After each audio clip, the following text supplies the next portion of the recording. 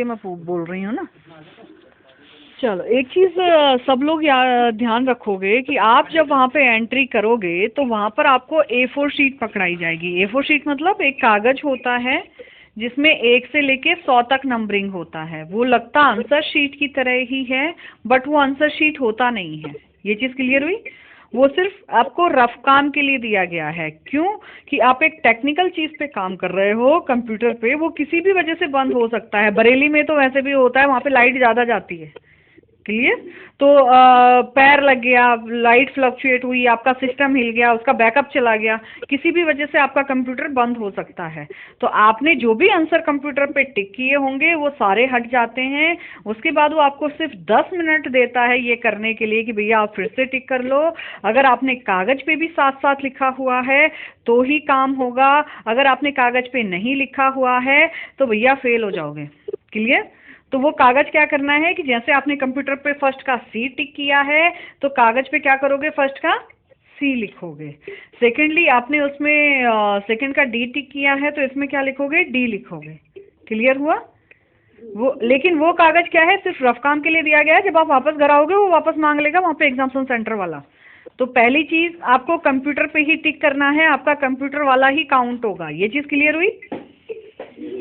दूसरी चीज आपको छोड़ना कुछ नहीं है, अटेम्प्ट सारे करने हैं, माइनस मार्किंग नहीं है। इट मीन्स जो क्वेश्चन हमें नहीं भी आता है उस पर भी हमें क्या करना है, तुक्का मारना है। क्योंकि अगर तुक्का अगर सही भिड़ गया तो 1 नंबर आ जाएगा। क्लियर?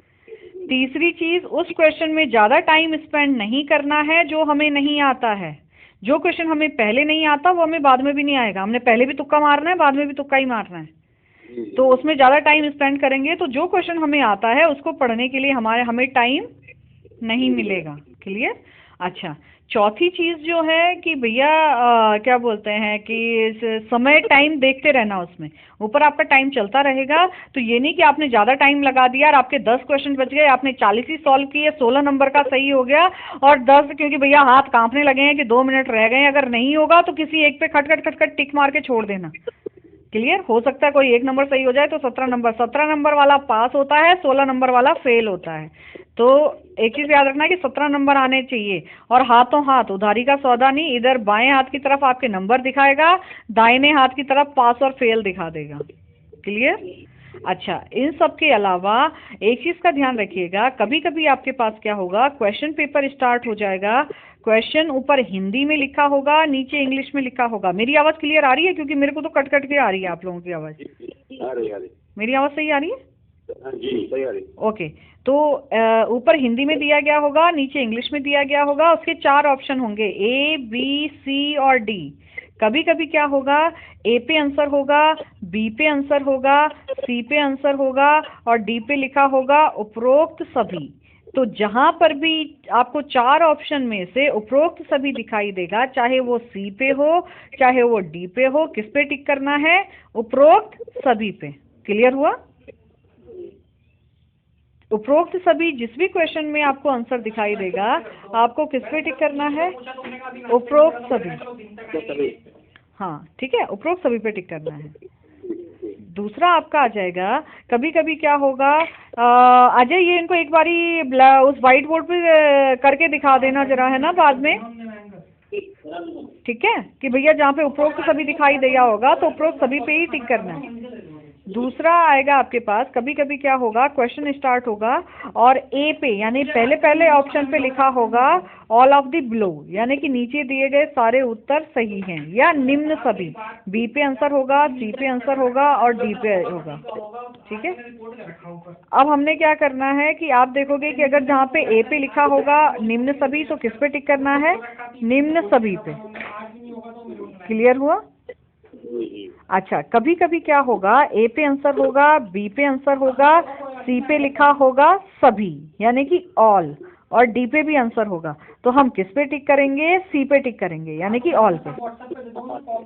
ठीक है, कभी कभी क्या होगा, जो ज्यादातर क्वेश्चन आपके पास आएंगे वो आएंगे कि ए पे आंसर होगा, बी पे आंसर होगा, सी में लिखा होगा कि ए और बी दोनों सही हैं और डी पे लिखा होगा कि ए और बी दोनों गलत हैं। तो किस पे टिक करना है, ए और बी दोनों सही हैं पे टिक करना है। क्लियर हुआ?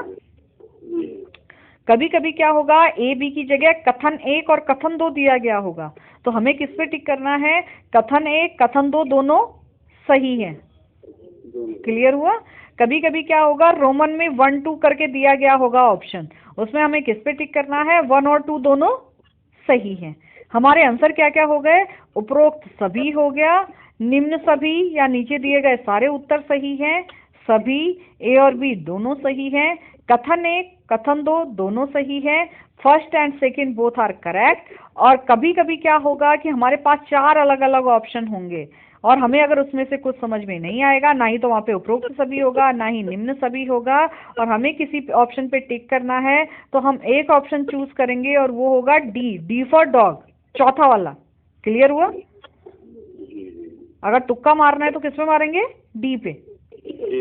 आप सिर्फ इतना करोगे तो 14 नंबर लेके बाहर आओगे, फेल हो जाओगे। क्लियर। अब क्या करना है, इसके अलावा कुछ क्वेश्चंस आपको आने चाहिए, कुछ आपको अजय ने पढ़ाया होगा, कुछ क्वेश्चंस मैं आपको वो बता रही हूँ जो आज तक लोगों के पास आए हुए हैं और मे बी आप लोगों के पास आ सकते हैं। ठीक है, आपके पास आएगा कि भारत की पहली बीमा कंपनी कौन सी थी, तो ओरिएंटल लाइफ इंश्योरेंस। ओरिएंटल क्या थी, भारत की पहली बीमा कंपनी थी। आपके पास आएगा कि आधुनिक बीमे का सिद्धांत किसने दिया था, तो लॉयड्स ने। लॉयड्स क्या था, लंदन का कॉफी हाउस था जिसने मॉडर्न इंश्योरेंस की थ्योरी दी थी, यानी कि आधुनिक बीमे का सिद्धांत किसने दिया था, तो लॉयड्स ने। आपके पास आएगा कि भैया क्या बोलते हैं, राष्ट्रीयकरण के बाद कौन सी कंपनी आई थी, तो वो आई थी जीवन बीमा निगम। ठीक है। आपके पास आएगा कि 1938 में जो एक्ट बना है उसने काम करना कब से शुरू किया था, तो 1 जुलाई 1939 से। पहले एक्ट बनता है फिर पारित होता है। 1938 में जो एक्ट बना था उसने काम करना कब से शुरू किया था, तो 1 जुलाई 1939 से। ज्यादातर जो क्वेश्चन आता है वो ये आता है कि भैया बीमा कंपनी के लिए नियम निर्देश कौन बनाता है, तो आईआरडीए। आईआरडीए के ऊपर जरूर क्वेश्चन आएगा, उसको एडा भी बोलते हैं, बीमा विनियामक विकास प्राधिकरण।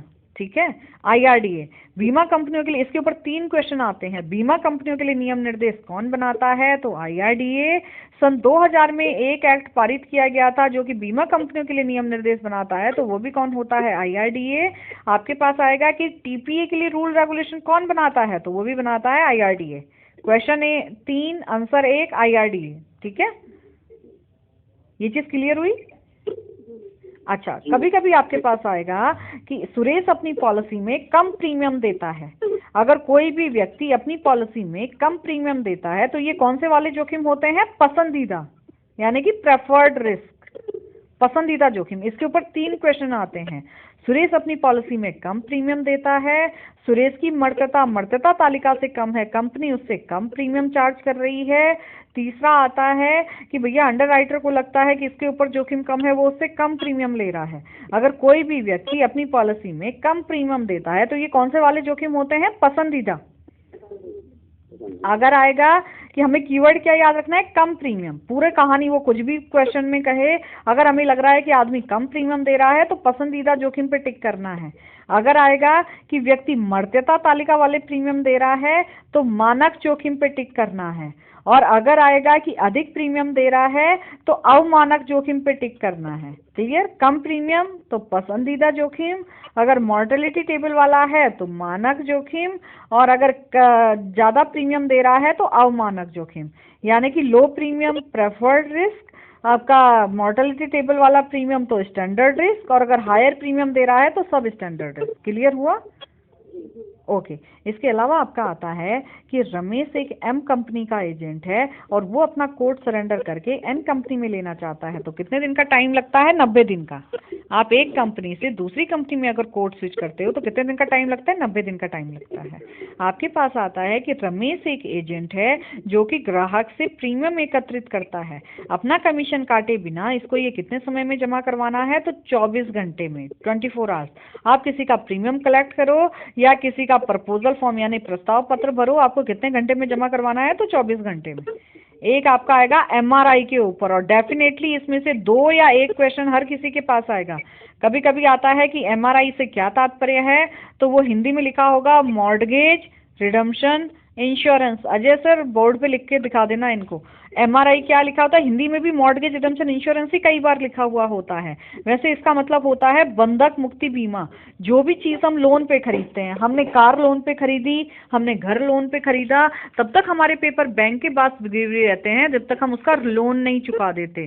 और अगर लोन चुकाने से पहले आदमी मर जाता है तो या तो उसके घर वाले पे करेंगे, और अगर घर वाले पे नहीं कर पाएंगे तो बैंक उसकी नीलामी करा देता है। तो उससे बचने के लिए कौन सा बीमा होता है? बंधक मुक्ति बीमा। आपके पास आता है कि एक आदमी ने घर बनाने के लिए लोन लिया है, इसके लिए कौन सी पॉलिसी उपयुक्त होगी? तो बंधक मुक्ति बीमा। आपके पास आता है कि रमेश ने बंधक मुक्ति बीमा खरीदा है, यह कब हितकारी होता है? तो आंसर होता है लोन चुकाते वक्त अगर व्यक्ति की मृत्यु हो जाए तो बकाया लोन की भरपाई इस पॉलिसी से की जाती है। आपके पास आता है कि इसमें कौन सा बीमा दिया जाता है? तो घटती अवधि बीमा, डिक्रीजिंग टर्म इंश्योरेंस, क्योंकि लोन की अमाउंट क्या है? हर साल डिक्रीज होती है, घटती है। ठीक है। आपके पास आता है कि क्या एमआरआई में प्रीमियम घटता है, बढ़ता है या नियत रहता है? तो नियत रहता है। नियत मतलब कांस्टेंट, स्थिर, एक समान।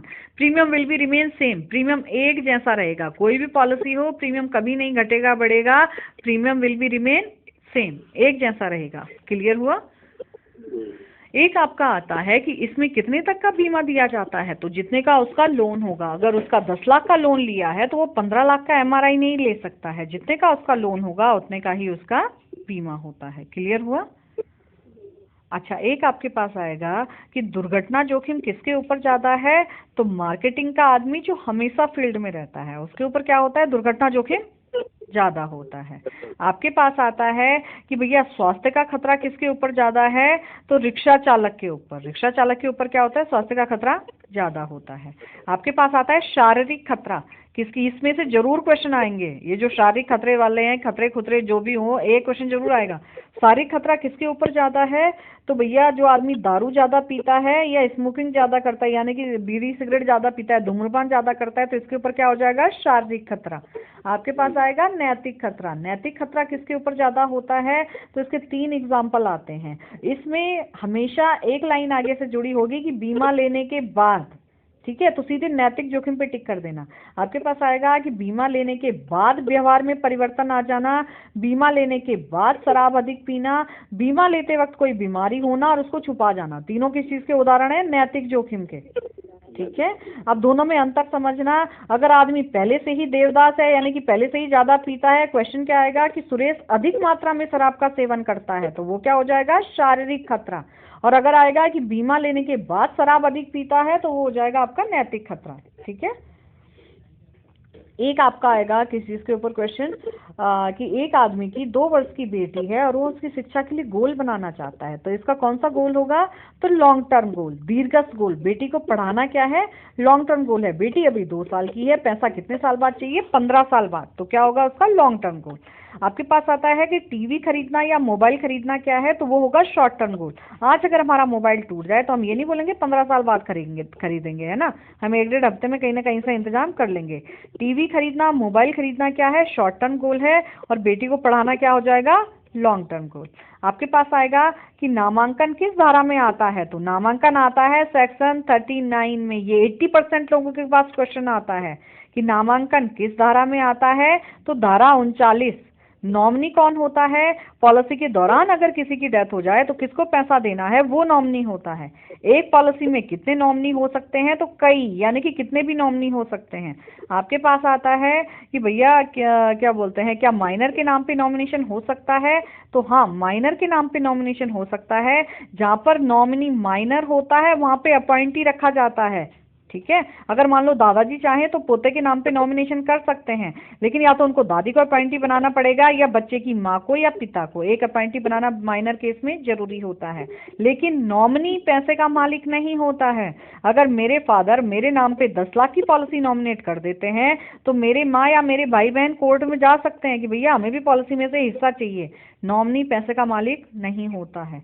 अगर किसी पर्टिकुलर आदमी को हमें पैसे का मालिक बनाना है तो हम उसके नाम पे क्या करते हैं? तो भैया असाइनमेंट करते हैं। असाइनमेंट को हिंदी में बोलते हैं समनुदेशन। एसाइनी जो होता है वो पैसे का मालिक होता है। अगर मेरे पापा मेरे नाम पे वो पॉलिसी नॉमिनेट ना करके असाइन कर देंगे यानी कि समुपदेशित कर देंगे तो मैं पॉलिसी की मालकिन, मेरी माँ या मेरे भाई बहन तो नहीं ही जा सकते हैं कोर्ट में, बट मेरे फादर भी चाहे तो उस पॉलिसी को वापस नहीं ले सकते हैं। एक ही कंडीशन है, मैं चाहूँ तो उस पॉलिसी को वापस कर सकती हूँ, अदर देन कोई कंडीशन नहीं है। इसके ऊपर आपके 3 क्वेश्चन आते हैं। रमेश हमेशा पॉलिसी किसको असाइन करेगा क्वेश्चन में? सुरेश को। रमेश ने अगर एक बार असाइन कर दी सुरेश को तो रमेश के अधिकार पॉलिसी में से खत्म। पहला क्वेश्चन आता है कि रमेश ने सुरेश को एक पॉलिसी असाइन की और दोनों का झगड़ा हो जाता है तो किसको पैसा मिलेगा? सुरेश को। दूसरा आता है कि रमेश ने सुरेश को एक पॉलिसी असाइन की और सुरेश की मृत्यु हो जाती है तो किसको पैसा मिलेगा? सुरेश के उत्तराधिकारियों को। एक सुरेश का नॉमिनी भी दिया गया होगा, सुरेश नॉमिनी नहीं बना सकता है तो किसको मिलेगा? सुरेश के उत्तराधिकारियों को। तीसरा आता है कि रमेश ने सुरेश को एक पॉलिसी असाइन की और रमेश उस पॉलिसी को वापस चाहता है तो कैसे होगी? सुरेश चाहेगा तो वापस होगी, अदर देन वापस नहीं होगी। क्लियर हुआ? तीनों क्वेश्चन का आंसर हमेशा सुरेश को ही पैसा जाएगा।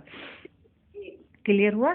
अच्छा, एक आपका आ जाएगा MWP एक्ट के ऊपर question, married women property act, Hindi में बोलते हैं विवाहिता स्त्री संपदा योजना। इसमें से जरूर क्वेश्चन आएगा। MWP एक्ट का कभी कभी सेक्शन पूछा जाता है तो सेक्शन 6 में आता है। MWP एक्ट क्या होता है? कोई अलग से पॉलिसीज नहीं होती हैं, पॉलिसीज को MWP एक्ट में लिया जाता है। कोई भी अगर गमन के केस में भी पकड़ा जाता है तो इस प्रॉपर्टी को कोर्ट भी सील नहीं कर सकता है। यानी कि कल को अगर कोई आदमी गमन में पकड़ा भी जाए तो इस प्रॉपर्टी को क्या होगा? कोई सील नहीं कर पाएगा। होता क्या है MWP एक्ट में कि जो भी आदमी MWP एक्ट में पॉलिसी खरीदेगा उसको क्या बनाना पड़ेगा? ट्रस्ट। ट्रस्ट बोलते हैं न्यास। तो चाहे डेथ क्लेम हो चाहे मैच्योरिटी क्लेम हो, किसको पैसा जाएगा? न्यासी को। एक चीज याद रखना, जहां पर भी MWP एक्ट का क्वेश्चन आएगा, क्वेश्चन में याद क्या रखना है कि हमेशा पैसा किसको जाएगा? न्यासी को। और अगर उस आदमी ने न्यास नहीं बना रखा होगा तो किसको चला जाएगा? स्टेट के गवर्नमेंट ट्रस्टी को, यानी कि राज्य के सरकारी न्यासी को। मरेगा जिएगा न्यासी को पैसा जाएगा। और अगर आएगा कि उसने MWP एक्ट में पॉलिसी खरीदी और उसने न्यासी नहीं बनाया तो किसको पैसा चला जाएगा? राज्य के सरकारी न्यासी को। कभी कभी क्वेश्चन आता है कि MWP एक्ट में कौन कौन न्यासी हो सकता है? तो भैया उसकी पत्नी भी न्यासी हो सकती है, अगर बेटे उसके बालिग हैं यानी कि मेजर हैं तो वो भी हो सकते हैं ट्रस्टी, कोई बैंक हो सकता है, या जिसको भी वो आदमी अपॉइंट करना चाहे वो आदमी ट्रस्टी हो सकता है। ठीक है, अब ये जो ट्रस्ट है ये किसके बेनिफिट के लिए यूज करेगा? वो होते हैं लाभार्थी। आपके पास आता है कि कौन कौन से लोग MWP एक्ट में लाभार्थी हो सकते हैं, तो भैया पत्नी भी हो सकती है, बच्चे भी हो सकते हैं, और पत्नी और बच्चे दोनों हो सकते हैं। ठीक है, तो क्या बोलते हैं, आपके पास नीचे लिखा रहेगा उपरोक्त सभी, तो किस पे टिक करना है? उपरोक्त सभी पे। कभी कभी क्या होगा, उल्टा क्वेश्चन पूछ लेगा कि MWP एक्ट में कौन कौन लाभार्थी नहीं हो सकते हैं, तो भैया माँ बाप और भाई बहन वो उसमें लाभार्थी नहीं हो सकते हैं। कभी कभी आता है नया क्वेश्चन कि क्या MWP एक्ट में की गई पॉलिसी नॉमिनेट या असाइन हो सकती है, यानी कि क्या हम उसमें नॉमिनी बना सकते हैं या उसको समुपदेशित कर सकते हैं? तो नहीं, ना ही तो ये पॉलिसी नॉमिनेट हो सकती है और ना ही ये पॉलिसी असाइन हो सकती है। क्लियर हुआ? ओके, इसके बाद हमारा आ जाता है किस चीज़ के ऊपर क्वेश्चन? गायब हुए व्यक्ति के केस में यदि कोई आदमी गायब हो जाता है तो कितने साल का वेटिंग पीरियड लगता है? 7 साल का। ठीक है, एक आता है कि वह कौन सी पॉलिसी है जो सरकार द्वारा नहीं बल्कि किसी बीमा कंपनी द्वारा गरीब लोगों के लिए बनाई गई है, तो वो है जन आरोग्य योजना। जन आरोग्य योजना क्या है? गरीबों के लिए बनाई गई है। आपके पास आता है कि इसमें कम से कम बीमा धन कितना होता है, तो 5,000 रुपया, ज़्यादा से ज़्यादा कितना होता है, तो 30,000 रुपये। आपके पास आता है कि 7 लोगों के लिए जन आरोग्य योजना में कितना प्रीमियम जाता है, तो 730 रुपये। आपके पास आता है कि भैया अगर एक महिला, ये वाला क्वेश्चन जरूर आएगा, एक महिला 6 महीने से गर्भवती है और वो बीमा करवाना चाहती है, क्या कंपनी उसको बीमा देगी? तो नहीं देगी। 6 मंथ की प्रेग्नेंट है तो बीमा नहीं देगी। एक आएगा कि एक महिला गर्भवती है और वो बीमा लेना चाहती है, उसमें टाइम नहीं दिया गया होगा कि 1 महीने की 4 महीने, उसका आंसर क्या होगा? विशेष प्रावधान के साथ या प्रतिबंधात्मक क्लॉज लगा देगी, यानी कि स्पेशल क्लॉज लगा देगी या रिस्ट्रिक्टेड क्लॉज लगा देगी कंपनी की। अगर प्रेगनेंसी की वजह से डेथ हो गई तो कंपनी क्लेम पे नहीं करेगी। क्लियर हुआ? अच्छा, एक आपका आएगा कि एक महिला का अभी अभी गर्भाशय का ऑपरेशन हुआ है और वो बीमा करवाना चाहती है, या कभी कभी गर्भाशय का ऑपरेशन की जगह कुछ हिस्टीरिया वगैरह भी दे देगा। यानी कि ये याद रखना कि अगर ऑपरेशन हुआ है किसी भी व्यक्ति का तो इसको कुछ महीनों के लिए पोस्टपोन कर दिया जाएगा, स्थगित कर दिया जाएगा। ठीक है, क्वेश्चन कुछ भी घुमा फिरा के दे अगर आ जाएगा कि गर्भाशय का ऑपरेशन हुआ है तो बीमा कंपनी इस बीमे को कुछ समय के लिए स्थगित कर देगी। क्लियर? और अगर आएगा कि ऑपरेशन भी हुआ होगा कि भैया उसका अगर ऑपरेशन हुआ है तो इस बीमे को कुछ समय के लिए क्या कर दिया जाएगा, स्थगित कर दिया जाएगा। 6 महीने की प्रेग्नेंट है तो बीमा नहीं देगी, अगर प्रेग्नेंट है तो विशेष प्रावधान के साथ देगी, और अगर गर्भाशय का ऑपरेशन हुआ है तो बीमे को कुछ समय के लिए स्थगित कर दिया जाएगा। क्लियर हुआ? यहाँ तक चीजें क्लियर हुई? अच्छा, एक आपका आत्महत्या वाला क्वेश्चन आएगा। अगर कोई भी व्यक्ति आत्महत्या का 2 क्वेश्चन आते हैं और दोनों का आंसर क्या होगा कि क्लेम पे नहीं करेगी इंश्योरेंस कंपनी। क्लियर? वैसे क्लेम देती है इंश्योरेंस कंपनी, लेकिन 1 साल का वेटिंग पीरियड होता है। और वो जो 2 क्वेश्चन आते हैं, पहले में आता है कि 6 महीने के भीतर उसने आत्महत्या कर दी, और दूसरा आता है कि 8 साल पॉलिसी चली थी और 2 साल से लैप्स पड़ी हुई थी, अभी 4 महीने पहले उसने रिवाइव की और क्या बोलते हैं उसको, उसने आत्महत्या कर दी। तो दोनों केस में कंपनी क्लेम पे नहीं करेगी। क्लियर हुआ? अगर आत्महत्या का क्वेश्चन आएगा तो आंसर क्या होगा, कंपनी क्लेम पे नहीं करेगी। एक आपके पास आता है कि एक आदमी ने अपनी पॉलिसी में 4 साल के प्रीमियम दिए और 6 महीने से पॉलिसी लैप्स पड़ी हुई है, वो उसको रिवाइव करना चाहता है, लेकिन उसके पास एक साथ पैसा देने को नहीं है, तो कैसे करेगा? किश्तों में पुनर्चलन, इंस्टॉलमेंट रिवाइवल। हम कहेंगे भैया अगर तुम पैसा नहीं दे पा रहे हो तो कैसे कर दो, इंस्टॉलमेंट रिवाइवल कर दो। ठीक है। एक आपका आएगा कि एक आदमी ने अपनी पॉलिसी में 3 साल के प्रीमियम दिए और अब वो प्रीमियम देने में असमर्थ है, वो अपनी पॉलिसी को कितने वर्षों में फिर से पुनर्चलित कर सकता है? तो 5 साल। अगर किसी की भी पॉलिसी लैप्स हो जाती है तो सिर्फ 5 साल मिलते हैं उसको रिवाइव करने को। अगर वो 6वें साल आएगा तो उसको नई पॉलिसी लेनी पड़ेगी, वो पुरानी पॉलिसी रिवाइव नहीं कर सकता है। क्लियर? एक आपका आएगा झगड़ा, कि अगर झगड़ा हो जाएगा तो कहाँ कहाँ जा सकता है आदमी? तो एक शिकायत प्रणाली बनाई है IRDA ने जिसका नाम दिया है IGMS, integrated grievance management system. एकीकृत शिकायत प्रणाली है, किसने बनाई है? IRDA ने। आपके पास आता है कि अगर झगड़ा हो जाएगा तो 2 जगह जा सकता है, एक तो बीमा लोकपाल के पास जा सकता है, दूसरा उपभोक्ता फोरम जा सकता है, उसकी मर्जी वो कहीं भी जाए। पहले हम बात करते हैं क्या बोलते हैं बीमा लोकपाल की। बीमा लोकपाल कब बना था? तो 1998 में। ये क्वेश्चन भी कई बार आता है कि बीमा लोकपाल कब बनाया गया था? तो 1998 में। आपके पास आता है कि बीमा लोकपाल किस किस का झगड़ा सुलझाता है? तो बीमा कंपनी और बीमा धारक का। आपके पास आता है कि बीमा लोकपाल की लिमिट कितनी है? तो 20 लाख तक। क्या बीमा लोकपाल के पास जाने के लिए कोई फीस लगती है? तो नहीं भैया, फ्री में जाते हैं। इसके पास जो भी शिकायतें जाती हैं लिखित रूप से जाती हैं। इसको अपना निर्णय कितने महीने में देना है? तो 3 महीने में देना है। आपके पास आता है कि इसके पास कौन से केसेस जाते हैं जो बीमा कंपनी ने रद्द कर दिए हो और 1 वर्ष के भीतर, यानी कि 1 वर्ष से ज्यादा का समय अगर हो जाएगा तो भैया ये बीमा लोकपाल के पास नहीं जाएगा। आपके पास आता है एक क्वेश्चन कि रमेश का 18 लाख का बीमा था और उसका बीमा कंपनी में शिकायत किए हुए 1 साल 4 महीने हो गए हैं, तो कहाँ जाएगा? ये उपभोक्ता फोरम के जिला स्तर में जाएगा, ये बीमा लोकपाल के पास नहीं जा सकता है। अब बात करते हैं उपभोक्ता फोरम की। उपभोक्ता फोरम कब बनाया गया था? तो 1986 में बनाया गया था। इसकी 3 लिमिट होती हैं। पहला होता है जिला स्तर। जिला स्तर की लिमिट क्या होती है? 20 लाख तक। दूसरा होता है राज्य स्तर। राज्य स्तर की लिमिट क्या होती है? 20 लाख से ऊपर और 100 लाख यानी 1 करोड़ तक। और 1 करोड़ से ऊपर की जो भी लिमिट होती है वो किसकी होती है? राष्ट्रीय स्तर की। कभी कभी क्वेश्चन आता है कि 20 लाख से लेके 100 लाख तक किसकी लिमिट है? तो राज्य स्तर की। कभी कभी आता है कि 25 लाख का एक आदमी का क्लेम है, वो कहाँ जाएगा? तो राज्य स्तर में। एक क्वेश्चन आया था कि 100 लाख से ऊपर के क्लेम कहाँ जाते हैं? तो राष्ट्रीय स्तर पे। आपके पास कभी कभी क्वेश्चन आएगा कि अगर कोई व्यक्ति जिला स्तर के निर्णय से खुश नहीं है तो कहाँ जा सकता है? राज्य स्तर में। अगर राज्य स्तर से खुश नहीं है तो कहाँ जा सकता है? राष्ट्रीय स्तर में। अगर आदमी हाई कोर्ट से खुश नहीं होता है तो सुप्रीम कोर्ट जा सकता है ना। तो जिला स्तर वाला राज्य में जा सकता है, राज्य वाला राष्ट्रीय में जा सकता है। क्लियर? एक नया क्वेश्चन आया है कि RTI की फुल फॉर्म क्या होती है? तो वो होती है राइट टू इंफॉर्मेशन, यानी कि सूचना का अधिकार। क्लियर हो गया? एक आपका आएगा कि एक आदमी ने पॉलिसी खरीदी और बीमा लेने के बाद वो गंभीर बीमारी का शिकार हो जाता है, उसके पास आरोहक है, आरोहक बोलते हैं राइडर को, तो किसके थ्रू उसका इलाज होगा? तो आंसर होगा क्रिटिकल इलनेस राइडर, गंभीर बीमारी आरोहक के तहत उसका इलाज किया जाएगा। एक आपके पास आएगा कि एक्स एक वाई कंपनी में महत्वपूर्ण पद पर अधिकारी है और उसके स्वास्थ्य में गिरावट के कारण कंपनी को नुकसान हो रहा है, कंपनी उसका बीमा करवाना चाहती है, तो कौन सा बीमा करवाएगी? प्रमुख व्यक्ति बीमा, इसको क्या बोलते हैं? की मैन इंश्योरेंस। प्रमुख व्यक्ति कौन होता है?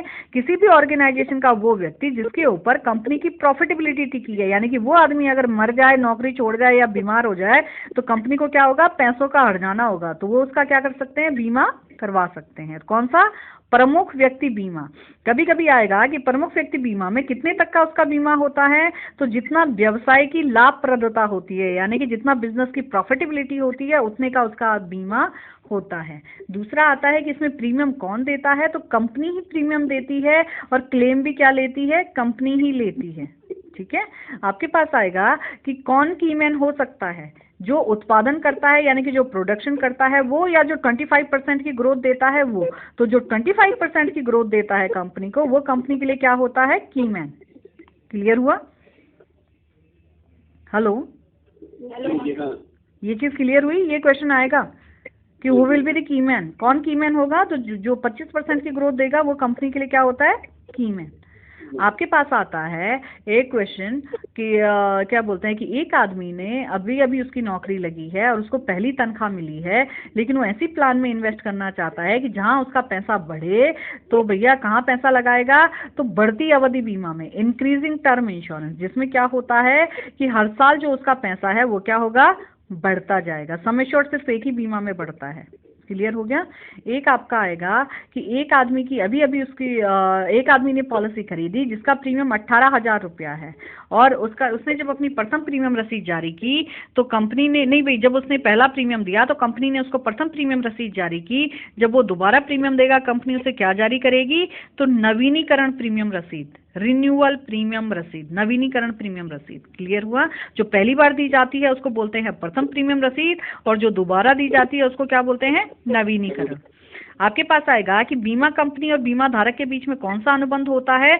तो संविदात्मक अनुबंध होता है, कॉन्ट्रेक्चुअल एग्रीमेंट होता है। ठीक है, एक आपके पास आएगा, ये हो गया आपका क्लेम। दावा क्या है? मांग है। क्लेम क्या है? डिमांड है। Claim is the demand on the insurer to fulfilling the insurer obligation. किसके दायित्वों की पूर्ति करता है? इंश्योरेंस कंपनी की। दावा क्या है? मांग है। दो तरह के दावे होते हैं, एक होता है परिपक्वता दावा, दूसरा होता है मृत्यु दावा। परिपक्वता मतलब मैच्योरिटी क्लेम, किसी की पॉलिसी पूरी हो गई है तो वो होता है परिपक्वता दावा। एक होता है मृत्यु दावा, डेथ क्लेम। डेथ क्लेम दो तरह के होते हैं, एक होता है शीघ्र मृत्यु दावा, दूसरा होता है गैर शीघ्र। शीघ्र मृत्यु दावा अर्ली क्लेम, जो विद इन 3 इयर्स हो जाते हैं, जो 3 साल के भीतर भीतर हो जाते हैं, वो क्या होते हैं? Early claim. और जो 3 साल के बाद होते हैं वो क्या होते हैं? Non early. तो जो अर्ली क्लेम हो जाते हैं, जो 3 साल के भीतर भीतर हो जाते हैं, उसमें क्या होती है? इन्वेस्टिगेशन होती है। आपके पास क्वेश्चन आएगा कि अगर कहीं पर शीघ्र मृत्यु दावा हो गया है, उसमें अगर जांच पड़ताल हो रही है तो कितना टाइम लगता है? 6 मंथ, 6 महीने का टाइम दिया है, या 180 दिन। 6 महीने को खोल दोगे तो 180 दिन। शीघ्र दावा में अगर जांच पड़ताल होगी तो उसका टाइम कितना होगा? 6 मंथ। अगर 6 महीने में कंपनी जांच पड़ताल पूरी कर पाती है और साबित कर पाती है कि आदमी ने झूठ बोला था तो कंपनी क्लेम नहीं देती है, और अगर नहीं साबित कर पाती है तो फ्रॉडलेंट क्लेम भी पे करने पड़ते हैं। क्लियर? आपके पास आएगा कि अगर एक्सीडेंट से डेथ हुई है तो भैया कौन कौन से पेपर जरूरी हैं? तो FIR की कॉपी और पोस्टमार्टम रिपोर्ट, ये दोनों चीजें क्या होंगी? देनी पड़ेंगी अगर एक्सीडेंट से डेथ होती है तो। क्लियर? एक आपके पास आएगा कि बोनस किस मुद्रा में देती है इंश्योरेंस कंपनी? तो INR, इंडियन नेशनल रुपी। अगर डेथ क्लेम में कोई एक्स्ट्रा डॉक्यूमेंट मांगती है कंपनी तो कितने दिन में देने हैं लोगों को? 15 दिन में। और जिस दिन पूरे डॉक्यूमेंट इंश्योरेंस कंपनी के पास आ जाएंगे, कितने दिन में क्लेम सेटल करना है? तो 30 दिन में। एक क्वेश्चन आता है आपके पास कि अतिरिक्त प्रपत्र मांगने और दावा भुगतान के समय में कितने दिन का लगता है? तो ऊपर 15 लिखा होगा, नीचे 30, तो उस पर टिक कर देना। क्लियर? एक आपके पास आता है कि एक आदमी का ईयरली इनकम 5 लाख रुपया है, यानी कि सालाना 5 लाख रुपया कमाता है, और उसका 15 लाख का बीमा है। अगर मर जाएगा तो कितना देगी कंपनी? 15 लाख। ठीक है। एक आएगा कि एक आदमी का 2.5 लाख का सम एश्योर्ड है और उसने पॉलिसी में 1.5 लाख का लोन लिया है, अगर उसकी डेथ हो जाएगी तो कितना देगी? 1 लाख। जो लोन का अमाउंट है वो काट लेगी। ये वाला क्वेश्चन आता है कि 2.5 लाख सम एश्योर्ड है, 1.5 लाख लोन लिया है, तो सीधे 1 लाख पे टिक कर देना, वो जो लोन का अमाउंट है वो काट लेगी कंपनी। क्लियर हुआ? एक आपका आता है मनी लॉन्ड्रिंग। मनी लॉन्ड्रिंग क्या होता है? 2 रिक्त स्थान आएंगे जिसमें दोनों जगह पे आएगा अवैध। अवैध आपके पास आता है कि मनी लॉन्ड्रिंग क्या है? अवैध धन को अर्थव्यवस्था में लाने की प्रक्रिया है जिसमें इसके अवैध मूल को छुपाया जाता है। तो 2 फिल इन द ब्लैंक्स आएंगे, दोनों में क्या आएगा? अवैध अवैध, illegal illegal. Anti money laundering act कब बनाया गया था, या prevention of money laundering act पूछता है, अब हिंदी में क्या बोलते हैं मुझे नहीं मालूम है, उसमें आता है 2002। Prevention of money laundering act कब बनाया गया था? तो 2002 में बनाया गया था। कभी कभी आता है एक्चुअरी एक्ट कब बनाया गया था? एक्चुअरी कौन होता है? जो इंश्योरेंस कंपनीज की हर साल वैल्यूएशन करता है, किस प्लान ने कितना बोनस अर्न किया है, मॉर्टेलिटी टेबल, ये सब कौन बनाता है? एक्चुअरी। एक्चुअरी एक्ट कब बना था? तो 2006 में। आपके पास आता है कि इंश्योरेंस कंपनी की अपनी किताबें कब क्लोज कर देती है? तो 31 मार्च को। 31 मार्च को बीमा कंपनी की किताबें क्या हो जाती हैं? बंद हो जाती हैं। आपके पास आता है एक घोड़े वाला क्वेश्चन। एक आदमी घोड़े पे चढ़ा, घोड़े से गिर गया, उसकी पीठ टूट गई, निमोनिया हो गया, मर गया, तो आंसर इसका प्रोक्सीमेट क्लॉज बताओ, यानी कि आसान कारण बताओ। तो घोड़े वाले का क्या होगा? घोड़े से गिरना, फॉलिंग फ्रॉम हॉर्स। ठीक है। एक आपका आएगा free look period. Free look period कितने दिन का होता है? तो 15 दिन का। After receiving of the policy document, policy document मिलने के, यानी कि पॉलिसी दस्तावेज मिलने के 15 दिन के भीतर भीतर अगर व्यक्ति चाहे तो इस पॉलिसी को वापस कर सकता है। वो क्या होता है? Free look period. कितने दिन का होता है? 15 दिन का। फ्री लुक, फ्री में देखो, तो फ्री में कोई भी आदमी 30 दिन के लिए चीज नहीं देगा। कितने दिन के लिए दी है हमने? 15 दिन के लिए। क्लियर? एक होता है अनुग्रह अवधि, ग्रेस पीरियड। ग्रेस पीरियड क्या होता है कि अगर किसी का प्रीमियम 24 जुलाई को ड्यू है तो हम कहते हैं भैया 24 अगस्त तक भी दे दोगे, तो हम समझेंगे भैया ड्यू डेट आया, हम आपसे 1 भी रुपया एक्स्ट्रा नहीं लेंगे। यानी कि 1 महीने का, जो महीना 30 का जाता है वो 30 का, जो 31 का जाता है वो 31 का। ग्रेस पीरियड क्या होता है? 1 month but not less than 30 days. ठीक है। आपके पास आता है कि अगर कोई आदमी ग्रेस पीरियड में मर गया, अनुग्रह अवधि में अगर मर जाता है, तो क्या इंश्योरेंस कंपनी क्लेम देती है? हाँ, क्लेम देगी, बट माइनस अनपेड प्रीमियम। जो प्रीमियम उसने पेड नहीं किया है उसको इंश्योरेंस कंपनी क्या करती है? काट लेती है। आपके पास आएगा कि भैया क्या बोलते हैं कि पॉलिसी कब लैप्स होती है? जब आदमी अनुग्रह अवधि में भी अपना प्रीमियम नहीं देता है तो उसके बाद पॉलिसी लैप्स हो जाती है। क्लियर? आपके पास आता है कि किसी भी पॉलिसी में समर्पण मूल्य के लिए, सरेंडर वैल्यू एक्वायर करने के लिए कम से कम कितने प्रीमियम हुए होने चाहिए? तो 3 साल के प्रीमियम। अगर किसी भी पॉलिसी में आप 3 साल के प्रीमियम देते हो तो तभी आप सरेंडर वैल्यू के लिए एलिजिबल होते हो, अन्यथा नहीं होते हो। कभी कभी आपके पास आएगा कि एक ऐसा क्वेश्चन पूछता है आपका आईक्यू लेवल चेक करने के लिए कि एक आदमी ने पॉलिसी खरीदी और उसकी डेथ हो गई, तो क्या मिलेगा उसको? तो वो होगा सम एश्योर्ड, यानी कि बीमा धन plus if bonus if any. अगर बोनस भी होगा तो वो भी दिया जाएगा, क्योंकि उसने बोला नहीं है कि कितने साल पॉलिसी चली है, सिर्फ ये बोला कि पॉलिसी ली और आदमी मर गया। तो आंसर क्या होगा? बीमा धन प्लस बोनस इफ एनी। अगर कोई बोनस होगा तो भैया वो भी पे किया जाएगा। क्लियर हुआ? अच्छा, आपका आता है एक कभी कभी सरप्लस के ऊपर। सरप्लस को बोलते हैं हिंदी में अधिशेष। अधिशेष कब मिलता है? जब किसी के पास एसेट्स ज्यादा होते हैं और उसकी लायबिलिटी कम होती है। लिख लेना अजय बोर्ड पे, अधिशेष इक्वल टू परिसंपत्ति माइनस देयता। या कभी कभी आता है कि देयताओं की तुलना में परिसंपत्ति का अधिक होना। जब हमारे पास 10 रुपए होंगे और हमारा खर्चा 5 होगा तो तब जाके 5 रुपया बचेगा। हम शेष घटाते थे ना, जब भाग देते थे बचपन में। क्लियर? तो 10 में से 5 घटाते थे तो 5 बचता था। क्लियर? तो शेष, अधिशेष कब बचता है? जब हमारे पास एसेट्स ज्यादा होंगे और हमारी लायबिलिटी कम होती है। देयताओं की तुलना में परिसंपत्ति का अधिक होना क्या कहलाता है? अधिशेष। कभी कभी आता है कि चीनी व्यापारी क्यों अपना माल अलग अलग नावों में रख देते थे? ताकि हानि की संभावना कम हो। जब हम घर से बाहर निकलते हैं तो बड़े बुजुर्ग बोलते हैं ना कि पैसा अलग अलग जेब में रखो। क्यों? कि अगर जेब कट गई तो एक ही जेब से सारे पैसे निकल जाने। क्लियर? तो क्या होता है? ताकि हानि की संभावना कम हो। अगर वो एक ही नाव में सारा सामान रख देते और वो एक ही नाव डूब जाती तो सबका सामान डूब गया, तो इसलिए वो हानि की संभावना को कम करने के लिए क्या करते थे? अलग अलग नाव में अपना सामान रख देते थे। क्लियर? कभी कभी क्वेश्चन आता है कि बीमे का सिद्धांत किस चीज के ऊपर लागू होता है? कुछ लोगों की हानि को अधिक लोगों द्वारा बांटा जाता है, यानी कि मरने वाले लोग कम होते हैं, जिंदा रहने वाले लोग ज्यादा होते हैं, इसीलिए इंश्योरेंस का जो सिद्धांत है वो काम कर रहा है। क्लियर? एक आपका आ जाता है किस चीज़ के ऊपर क्वेश्चन, फोन पे ही देखो मैंने कितना पढ़ा दिया आपको, सारा इंश्योरेंस रटा दिया है। एक आ जाता है आपका किस चीज़ के ऊपर क्वेश्चन, हाँ एजेंट्स के ऊपर, कि भैया एजेंट्स की न्यूनतम एजुकेशन कितनी होनी चाहिए, कम से कम तो 10वीं पास। जहाँ पे 5000 से कम जनसंख्या है 10वीं पास एजेंट भी चल जाता है। कभी कभी वो बोलता है कि 5000 से ज़्यादा जनसंख्या या कभी कभी शहरी क्षेत्र दे देगा तो कम से कम कितना होगा, 12th पास, 12वीं पास होना चाहिए। आपके पास आता है कि लाइसेंस लेने से पहले आपकी कितने घंटे की ट्रेनिंग कंपलसरी है, तो 50 घंटे की ट्रेनिंग। आपका एग्जाम कौन लेता है, तो III भारतीय बीमा संस्थान, इंश्योरेंस इंस्टीट्यूट ऑफ इंडिया। आपको लाइसेंस कौन इशू करता है, तो IRDA। एक क्वेश्चन आता है कि एक आदमी एक जीवन बीमा, एक स्वास्थ्य बीमा और एक साधारण बीमा की एजेंसी रखना चाहता है, तो इसको कौन सा लाइसेंस दिया जाएगा, समग्र लाइसेंस, कंपोजिट। अगर किसी का लाइसेंस रद्द कर देता है IRDA तो कितने साल बाद वो फिर से अप्लाई कर सकता है, तो 5 साल बाद। 5 साल बाद वो फिर से न्यू एजेंसी के लिए अप्लाई कर सकता है। क्लियर हुआ। एक आपका आता है कि भैया क्या बोलते हैं, एजेंट किसका प्रतिनिधित्व करता है, तो बीमा कंपनी का। ब्रोकर किसका करता है, तो बीमा धारक का। बैंक का इंश्योरेंस, बैंक के थ्रू जो बीमा बिकता है, बैंक के भी इंश्योरेंस कंपनीज के साथ टाई अप होते हैं और उस कंपनी का बीमा अपने कस्टमर को बेचते हैं, बदले में क्या लेते हैं, कमीशन। एजेंट हो गया, ब्रोकर हो गया, बैंक का इंश्योरेंस हो गया, तीनों क्या है, मीडिएटर हैं जो इंश्योरेंस कंपनी के लिए काम करते हैं और बदले में कमीशन लेते हैं। एक होता है डायरेक्ट मार्केटिंग, प्रत्यक्ष विपणन, जहां पर बीच में मीडिएटर नहीं होता है, एडवर्टाइजमेंट के थ्रू, इंटरनेट के थ्रू, ईमेल के through. Telemarketing, telecaller बिठा दी है इंश्योरेंस कंपनीज ने, वो डायरेक्ट कस्टमर को कॉल करती हैं और कहती है भैया कंपनी के पास बढ़िया बीमा है, तो telemarketing is direct marketing. Clear, जहां पर बीच में मीडिएटर नहीं होता है। एक आपका आता है टेंजिबल इनटेंजिबल, जिन प्रोडक्ट को हम छू सकते हैं, कुर्सी हो गई, मेज हो गया, जीन्स हो गया, चॉकलेट हो गया, क्या हो गया, मूर्त वस्तुएं जिनको हम छू सकते हैं। एक होता है अमूर्त इनटेंजिबल प्रोडक्ट, जैसे इंश्योरेंस हो गया, म्यूचुअल फंड हो गया, आपका FDs हो गया, शेयर्स हो गए। ये चीज क्या है, हम इनको खरीदते हैं बट हम इनको छू नहीं सकते, तो बीमा क्या है, अमूर्त वस्तु है। क्लियर हुआ।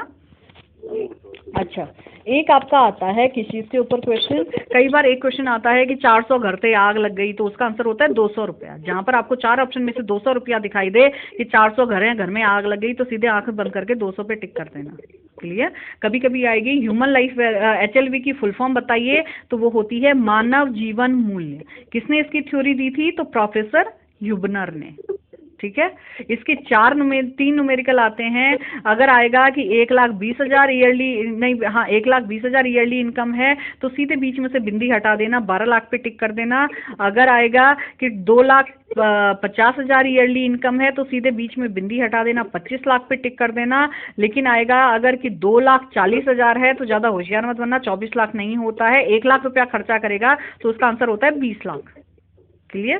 तो ज्यादातर जो HLV के 3 न्यूमेरिकल हैं, पहले का आंसर है 12 लाख, दूसरे का है 25 लाख, तीसरे का है 20 लाख। तो जहां पर 1.2 है वहां पे सीधे 12 लाख, जहां पे 2.5 लाख है वहां पे 25 लाख, और जहां पे 2.4 लाख है तो सीधे 20 लाख। आते नहीं है वैसे न्यूमेरिकल, क्या पता आ जाए, कुछ कह नहीं सकते। एक आपका आता है किस चीज के ऊपर क्वेश्चन, स्वास्थ्य बीमा के ऊपर। स्वास्थ्य बीमा में ज्यादा डिटेल पे जाती नहीं हूँ, लेकिन कुछ क्वेश्चंस हैं जो आते हैं, रिपीट होते हैं। आपके पास आएगा कि स्वास्थ्य बीमा में क्या देखी जाती है, तो रुग्णता, रोग लगने के कितने चांसेस हैं, क्योंकि स्वास्थ्य से रिलेटेड है तो मॉर्बिडिटी। ठीक है, मॉर्बिडिटी को बोलते हैं रुग्णता, रोग लगने के कितने चांसेस हैं। आपके पास आता है कि स्वास्थ्य बीमा में पैसा कब दिया जाता है, तो ओनली ऑन हॉस्पिटलाइजेशन, अस्पताल में भर्ती हो। कई बार आएगा कि स्वास्थ्य बीमा में पैसे का भुगतान या दावे का भुगतान कब दिया जाता है, तो अस्पताल में भर्ती होने पे, ना तो मरने पे देती है कंपनी, ना ही जिंदा रहने पे, ओनली ऑन हॉस्पिटलाइजेशन। अगर मैंने स्वास्थ्य बीमा लिया, मेरे को हार्ट अटैक आ गया और मैं सीधे मर गई, तो 1 भी रुपया कंपनी नहीं देगी, क्योंकि खर्चा कुछ नहीं हुआ। हाँ, मेरे को हार्ट अटैक आया और मैं हॉस्पिटल में ले जाने लायक रहती हूँ और हॉस्पिटल में खर्चा होता है, तब कंपनी पे करेगी। क्लियर हुआ। तो ओनली ऑन हॉस्पिटलाइजेशन। कभी कभी आएगा कि स्वास्थ्य बीमा में कितने से कितने एज तक के बच्चे को दे सकते हैं, तो 3 महीने के बच्चे से लेके और 80 साल तक के आदमी को हम स्वास्थ्य बीमा दे सकते हैं, यानी कि कम से कम 3 महीने और ज्यादा से ज्यादा 80 साल। क्लियर हुआ। क्योंकि स्वास्थ्य बीमा की जरूरत बच्चे को भी है तो बुजुर्ग को भी। हम ये नहीं बोल सकते बच्चा है तो बीमार नहीं होगा। क्लियर। तो स्वास्थ्य बीमा क्या है, 3 महीने से बच्चे के लेके और 80 साल तक के आदमी को हम दे सकते हैं। वेटिंग पीरियड होता है स्वास्थ्य बीमा में, मतलब अगर आपने आज स्वास्थ्य बीमा खरीदा है तो 30 दिन के भीतर भीतर आप बीमार नहीं पड़ सकते। अगर पड़ोगे तो अपनी जेब से खर्चा करोगे, कंपनी नहीं देगी। क्यों? कि हो सकता है ये आदमी पहले डॉक्टर के पास गया हो, डॉक्टर ने बोला हो कि भैया ये आदमी बीमार है, तब जाके इसने बीमा करवाया हो। तो 30 दिन का क्या होता है, वेटिंग पीरियड। अगर स्वास्थ्य बीमा का किसी के पास प्रस्ताव पत्र आया है कंपनी के पास, तो कंपनी को कितने दिन में अपना निर्णय देना है, 15 दिन में। ये नहीं कि महीनों भर तक लटका पड़ा है प्रस्ताव पत्र, है ना, 15 दिन में अपना निर्णय देना है।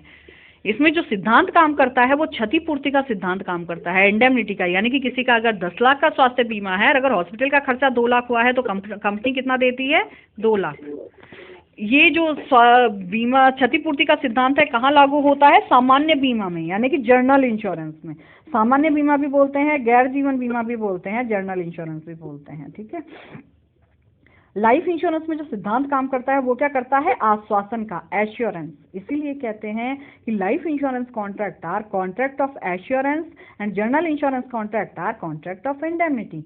जीवन बीमा संविदाएं क्या हैं, आश्वासन का अनुबंध है, जबकि साधारण बीमा संविदाएं क्षतिपूर्ति का अनुबंध है। जीवन बीमा आश्वासन, साधारण बीमा क्षतिपूर्ति। इसके ऊपर भी कई बार क्वेश्चन आ सकता है, फिल इन द ब्लैंक्स देगा तो जीवन बीमा के साथ हमेशा आश्वासन आएगा और साधारण बीमा के साथ क्षतिपूर्ति। अच्छा, एक आपका आ जाता है कैशलेस फैसिलिटी। जब भी आदमी बीमार पड़ता है सबसे पहले किस चीज़ की जरूरत होती है, कैश की। तो सबसे पहले फैसिलिटी क्या निकाली इन्होंने, कैशलेस, यानी कि नगद रहित, नगद लेके नहीं जाना है। तो उसमें क्या करते हैं, इनके नेटवर्किंग हॉस्पिटल होते हैं। नेटवर्किंग हॉस्पिटल कौन बताता है, तो कई बार पीपीएन की फुल फॉर्म आ जाती है, तो वो होती है प्रेफर्ड प्रोवाइडर नेटवर्क। अब हिंदी में क्या बोलते हैं पता नहीं, ठीक है, preferred provider network. Ajay board पे लिख के दिखा देना इसको, प्रेफर्ड प्रोवाइडर नेटवर्क। कई बार पीपीएन की फुल फॉर्म आती है। आपके पास आता है कि भैया ये जो कैशलेस फैसिलिटी है, क्या होती है कैशलेस फैसिलिटी, कि अगर आप नेटवर्किंग हॉस्पिटल से इलाज करा के वापस आते हो तो आप फ्री में इलाज करा के वापस आ जाते हो। कंपनी आपके बिहाफ पे बिल की पेमेंट करती है, तो कंपनियां खुद नहीं जाती हैं। कंपनी ने क्या अपॉइंट किए हुए हैं, टीपीए। टीपीए की फुल फॉर्म आती है तो वो होती है तृतीय पक्ष व्यवस्थापक। ये लिख देगा अजय उस पे। टीपीए को क्या बोलते हैं, थर्ड पार्टी एडमिनिस्ट्रेटर, तृतीय पक्ष व्यवस्थापक। कभी कभी आता है कि टीपीए किस किस के बीच का तालमेल बिठाता है, तो हॉस्पिटल और बीमा कंपनी। टीपीए के लिए रूल रेगुलेशन कौन बनाता है, तो आईआरडीए। टीपीए के लिए मुआवजा यानी रिम्बर्समेंट कौन देती है, तो बीमा कंपनियां, जिन्होंने अपॉइंट किया है वही देंगी।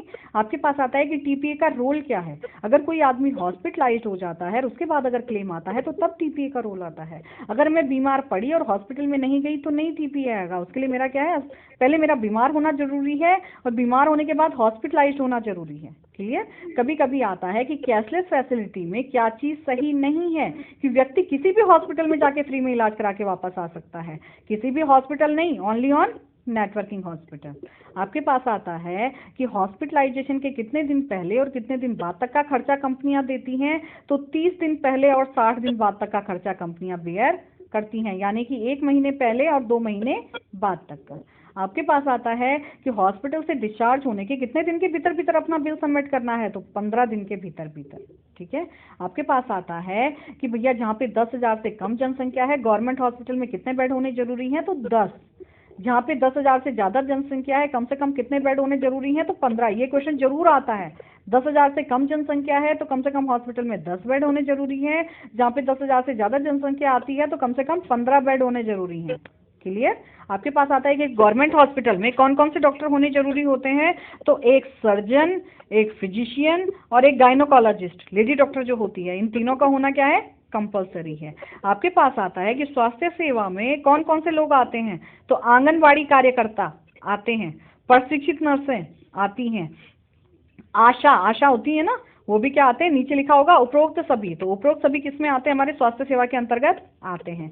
स्वास्थ्य सेवाएं 3 प्रकार की होती हैं। प्राथमिक, जैसे हम लोग जाते हैं डॉक्टर के पास, डॉक्टर से दवाइयां ली और घर आ गए, वो क्या होती है, प्राथमिक, जिसमें खर्चा कम होता है।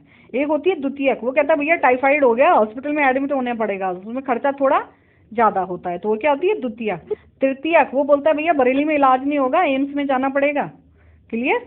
तो वो क्या हो गई, तृतीयक। आपके पास आती है कि कौन सी स्वास्थ्य सेवा सबसे ज्यादा महंगी होती है, तो तृतीयक स्वास्थ्य सेवा। क्लियर।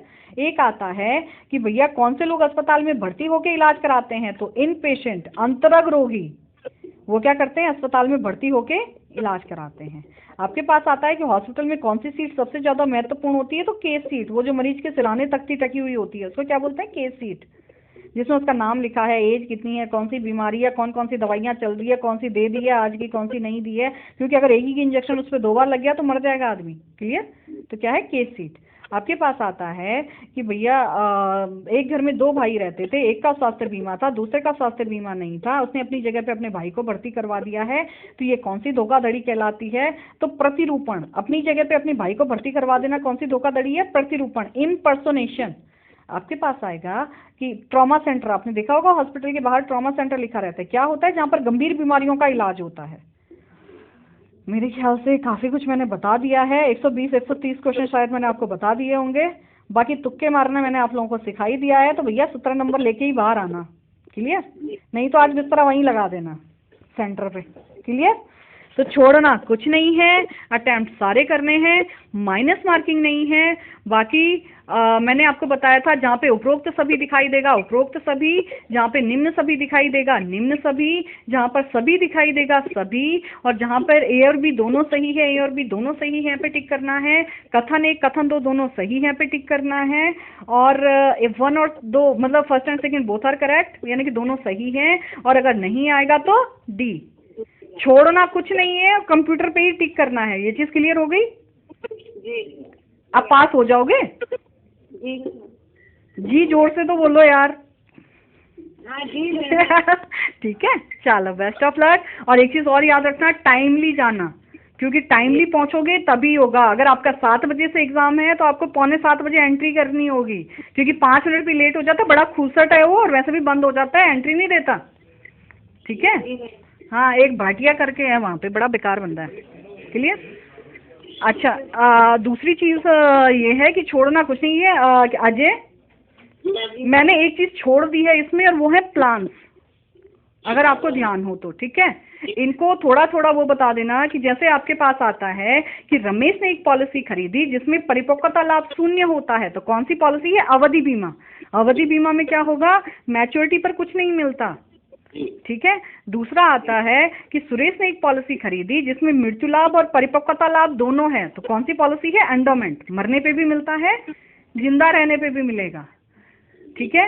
होल लाइफ, वो कौन सी पॉलिसी है जिसमें व्यक्ति को जीवित रहने तक अपना प्रीमियम देना पड़ता है, तो कौन सी पॉलिसी है?